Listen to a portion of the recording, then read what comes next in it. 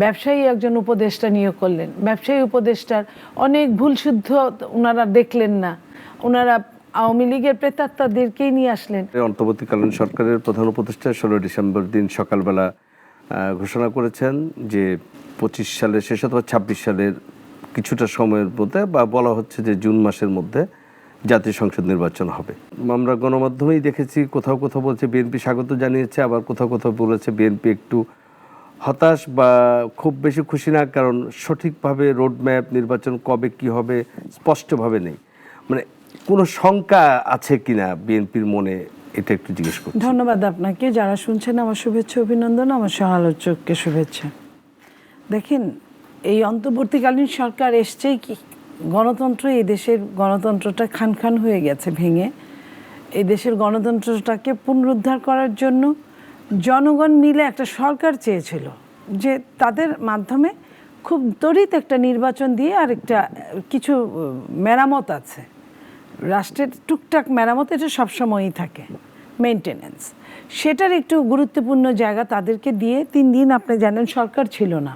সেই সরকার না থাকা অবস্থায় বাংলাদেশ কিন্তু ওই হিসাব যদি করি বিশ্বের সাথে খারাপ চলে নাই বাংলাদেশ। তো তারপর যখন এই সরকারটা আসলো, কে বা কারা দিল জানি না, কিন্তু বিএনপির মতো একটা বড় দল সেটা নিয়ে উচ্চ বাচ্চা করে না, যেই আসুক দেশের জন্য কাজ করলেই হলো। তো দেশের জন্য কাজের জন্য প্রথমে বিএনপি মহাসচিব যখন দেখা করতে গেলেন তখন বললেন যে আপনারা একটা যৌক্তিক সময় নিয়ে আমাদের নির্বাচনটা দিয়ে দিন। সেকেন্ডলি যখন আবার গেলেন তখন বললেন যে রোড ম্যাপটা দেওয়ার জন্য, তাও কোনো কথা যখন না বলছে, তারপরে একটা সময় বললেন যে আসলে কিভাবে নির্বাচন হবে বা কিভাবে, এটা জানতে চাইলেন। তো তাদের কাছ থেকে আমরা ওইভাবে সাড়া পাইনি। আপনি যে কথাটা বললেন যে এই 25-এর শেষে অথবা 26-এর জুন পর্যন্ত আপনি নিয়ে গেলেন, ওনারা কিন্তু এটা কথার কথা বলেছে। ওনারা কিন্তু, আমরা কি বলেছিলাম, রোড ম্যাপ চেয়েছিলাম, এটার মধ্যে কিন্তু রোড ম্যাপ নাই। এটা অ্যাপ্রক্সিমেট একটা হিসাব বলেছেন, আচ্ছা একটা ঠিক আছে অ্যাপ্রক্সিমেট হিসাব বলেছেন, কিন্তু এই বলাটাই কিন্তু একটা মিটিং ডেকে, রাজনৈতিক দলের সাথে একটা মিটিং ডেকে বলতে পারতেন প্রধান উপদেষ্টা, বা সঙ্গে আরও যদি নির্বাচন কমিশন উনি সংশ্লিষ্ট তারা এটা বলতে পারতেন।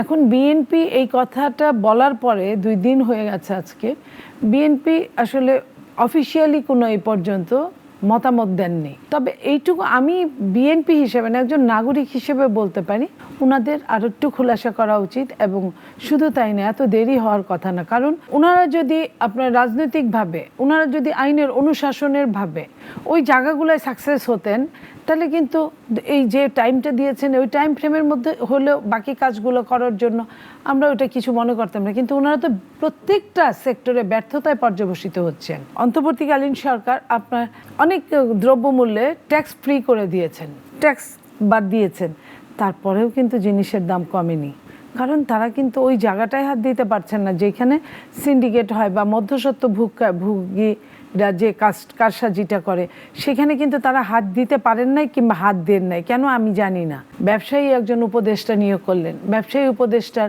অনেক ভুলশুদ্ধ ওনারা দেখলেন না, ওনারা আওয়ামী লীগের প্রেতাত্মাদেরকেই নিয়ে আসলেন, আচ্ছা সেটাও গেল। তো আনার অর্থটা কি? আনার অর্থটা হলো আমি তো ফলাফল দেখব, আমি কিন্তু ওই কারণ দেখতে আর ভালো লাগে না। তো ফলাফলে কিন্তু আমি ওই রেজাল্টটাই পাচ্ছি, আমার চালের দাম কিন্তু দিনে 8 টাকা পর্যন্ত বেড়ে যাচ্ছে, শীতের শাকসবজি সেটাই যে দাম, কোনোটাই 70, 60, 80, 90, 100 নিচে বলা যায় না। ইভেন দো আলুর যে দাম, আলুটা এই টাইমে কিন্তু আলু কিন্তু অনেক আগেই বের হয়েছে নতুন আলু, তারপরেও কিন্তু দাম কমে নেই। 80, 90, 80 টাকা পুরান আলু, 90 টাকা নতুন আলু, 100 টাকা নতুন আলু। এটা ভীষণভাবে মানুষকে কষ্ট দিচ্ছে। ওনারা এর মধ্যে কী করলেন, ওনারা আরেকটা মহার্ঘ ভাতা দিয়ে দিলেন সরকারি কর্মচারীদের। সরকারি কর্মচারী এই দেশে কতজন? 13.5 লাখ। আপনার বাকি মানুষগুলো কি করে খাবে? পতিত সরকার, আপনার স্বৈরাচার সরকার, সরকারি চাকরিজীবীদের কিন্তু 3টা আপনার ইনক্রিমেন্ট দিয়েছে, আপনার বেতন ডাবলের বেশি করেছে। সরকারিদের বেতন বেশি হওয়া সত্ত্বেও তারা মহার্ঘ পাবে, অথচ বেসরকারি যারা তাদের কিন্তু তাদের দিন দিন আরও কমছে। এবং আমরা মনে করি যে যত তাড়াতাড়ি সম্ভব তারা নির্বাচনটা দিয়ে দিন, কারণ নির্বাচনটা দিলে হবে কি, একটা রাজনৈতিক সরকার আসবে, একটা রাজনৈতিক সরকারের কাছে যে ভোট দিবে তার কিন্তু একটা দায়িত্ববোধ আছে আদায় করে নেওয়ার। আদায় করে নিবে বা তাকে বলবে যে তুমি 5 বছর পরে আবার আইসো, তাই না? এইটা তো এই ভোটের নিশ্চয়তার জন্য আমার ভোটটা আমি দিব যাকে খুশি তাকে দিব, এই নিশ্চয়তাটার জন্যই কিন্তু তাদের আনা।